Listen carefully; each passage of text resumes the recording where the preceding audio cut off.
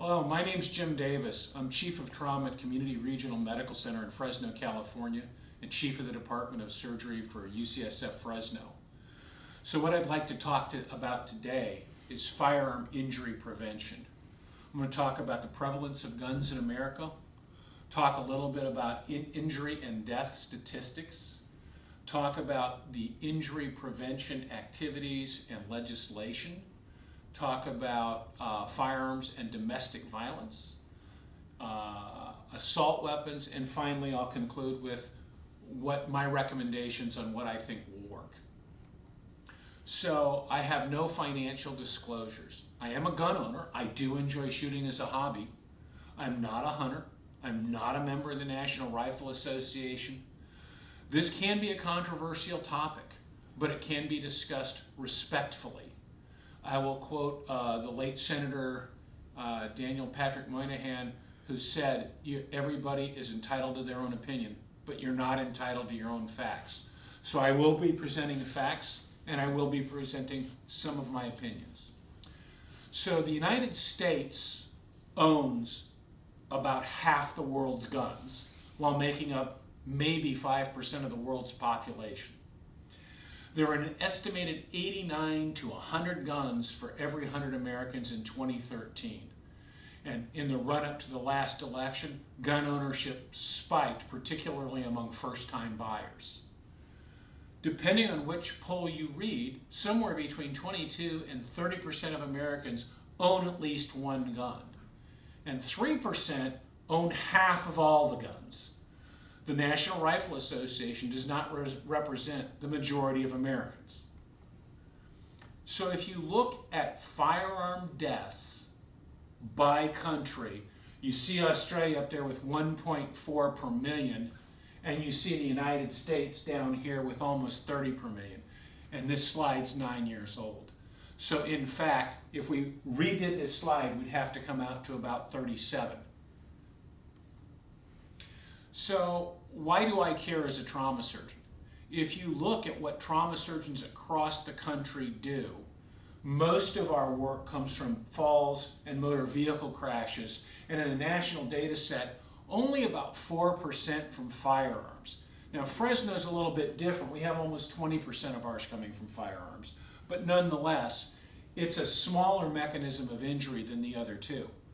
However, when you look at who dies, firearms are disproportionately about the same as falls and motor vehicle crashes, even though there are far fewer firearm injuries.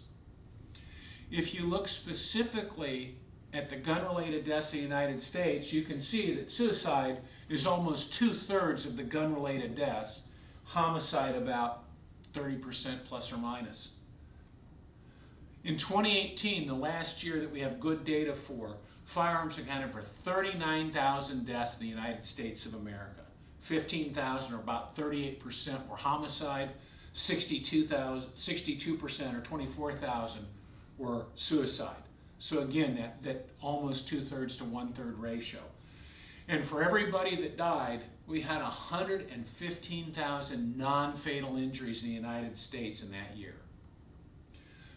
For unintentional shootings, this is where the kid finds dad's gun and they're playing with it, 500 deaths per year, more than one a day in this country. Unintentional injuries account for 37% of all firearm injuries and less than 2% of the deaths. And why does it happen? People play with guns, not that these are great toys. People think the gun isn't loaded when in fact it is. And then hunting accidents make up about 14%. The best way to decrease unintentional shootings is safe storage. And by that I mean a gun safe or a lockbox are the best. Store the ammunition and the weapons in different places.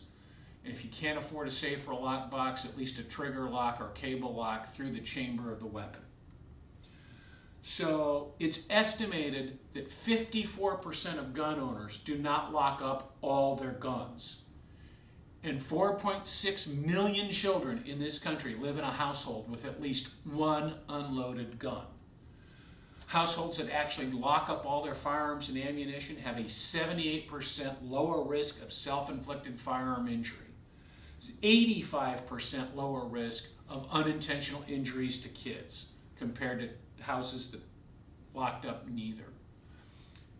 If half the households with children that have unlocked guns switched and locked up all their weapons, you estimated that you would decrease youth suicides and unintentional death by a full third. That would save about 250 lives a year. So I want to move on to the common misconception that if you have more guns, there's less crime. In 1998, John Lott, who was an economist, not an epidemiologist, self-published a book from the University of Chicago Press. And I want to point out that it was self-published and it was not done by the University of Chicago. And his conclusion was, if every state had shall issue laws, in other words, if you wanted to have a gun, you could have a gun and carry it in a concealed fashion, that it would decrease violent crime because the criminals would be afraid to attack somebody that might be carrying a gun, and as that more citizens armed themselves, the danger to criminals increased, and this would be a great deterrent. Well, more guns doesn't equal fewer injuries. This study was redone by the National Bureau of Economic Research in 2017, and instead of looking at less than 10 years of data, they looked at 37 years of data. They also looked specifically at states that had right to carry laws. If you wanted to carry, you could. And those states, more guns per capita, not surprisingly. Nationally, over this 37 years, overall violent crime went down significantly. 10 years out from the start of the right to carry movement, violent crime was 10 to 15% higher in states with right to carry than those states that didn't have right to carry. They used 4 different statistical methods to try and do this study and to eliminate bias. And what they finally boiled it down to is right to carry states had less of a decrease in violent crime than states without right to carry. And furthermore, that the murder rates in those states were propped up by right to carry laws and specifically stand your ground. So if we contrast that to Australia, in 1996, a 28-year-old guy armed with an assault weapon opened fire on a group of people. He killed 35 and wounded 18. Within weeks, there was a national political effort led by the conservative prime minister of that country, and they were able to ban semi-automatic and military-style weapons across the country. They had a national gun buyback program. In 2014, their murder rate was less than 1 in 100,000 people, and only 32 of those deaths were caused by firearms. The suicide rate by firearm went down 80%. Compare that to our national response to the tragedy mass shooting in Las Vegas, which is to say, nothing. Further, this is a study published in a prestigious medical journal called The Lancet, and they looked at state laws that most strongly correlated with reduced overall firearm mortality. And what they found out is universal background checks, robustly done, would decrease the firearm mortality rate to about 40% of what it was before. That ammunition background checks, so let's pretend somehow somebody who shouldn't have a gun acquired one, they'd still have to purchase ammunition, and if they were subject to an ammunition background check, they wouldn't be able to buy ammunition for the weapon they shouldn't have in the first place. They also did something called microstamping, where the cartridge that's ejected from the weapon has a specific identifier that goes back to that weapon, so you can backtrack the weapon and see who really purchased it. The national projections are that on this is that we would reduce mortality from about 10.3 per 100,000 people down to 4.46 with robust background checks. If you add ammunition background checks, you'd get it down to about 2 per 100,000, and you'd get a modest reduction by including micro-stamping. Let me use an example to bring this home. There was a man who was dishonorably discharged from the United States Air Force for beating his wife, domestic violence. He got out, and because the military database does not talk to the civilian database, was able to purchase an assault weapon, drove to his wife's family's church in Texas opened fire and killed 9 people, and he shouldn't have had a gun in the first place. State laws most strongly correlated with increased overall firearm mortality. Stand your ground. And in fact, the state of Florida has had a 32% increase in firearm mortality and homicide since Stand Your Ground was enacted. Another topic that's come up is large capacity magazines. A magazine is the clip that feeds into the gun on a semi-automatic weapon. During the assault weapon ban, there was a ban also on high capacity magazines that were capable of holding more than 10 rounds. And they found that when you regulate large capacity magazines, there's a drastic decrease in gun massacres and fatality rate of gun massacres. Remember Congresswoman Gabby Giffords, who got shot in Tucson. The assailant had a 17-round magazine, and it wasn't until he ran out of those 17 rounds and had to change magazines that they were able to subdue him and stop him from shooting any more people.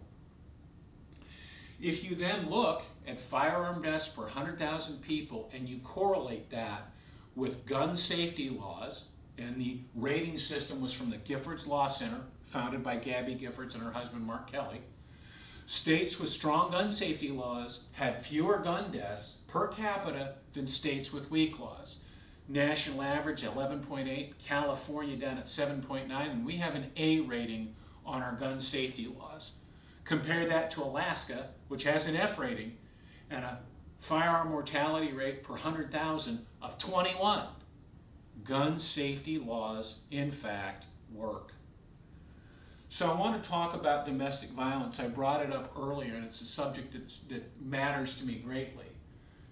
In the United States, between 2009 and 2015, where mass shootings are defined as 4 or more victims, 57% of them, root cause was domestic violence, where the shooter targeted either a family member or their intimate partner or their own children and became a family annihilator.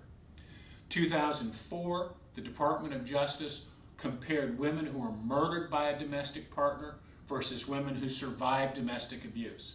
53% of murdered women had a gun in the home. 15% of surviving women had a gun in the home.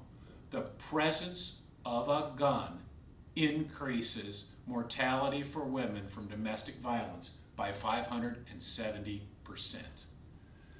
So, and this comes from the book Rampage Nation.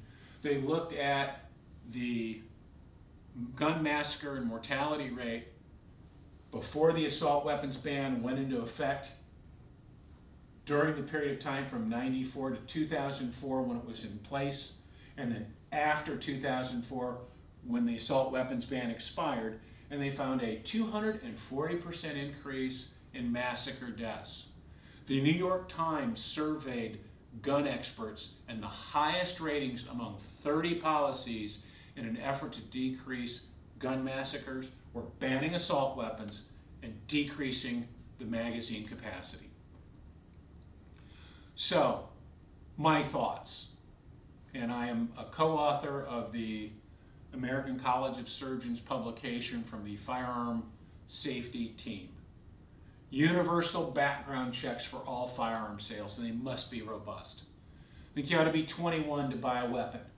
There ought to be a 7-day waiting period. Most of these things are crimes of passion, and if there's time to cool off, you decrease people shooting other people.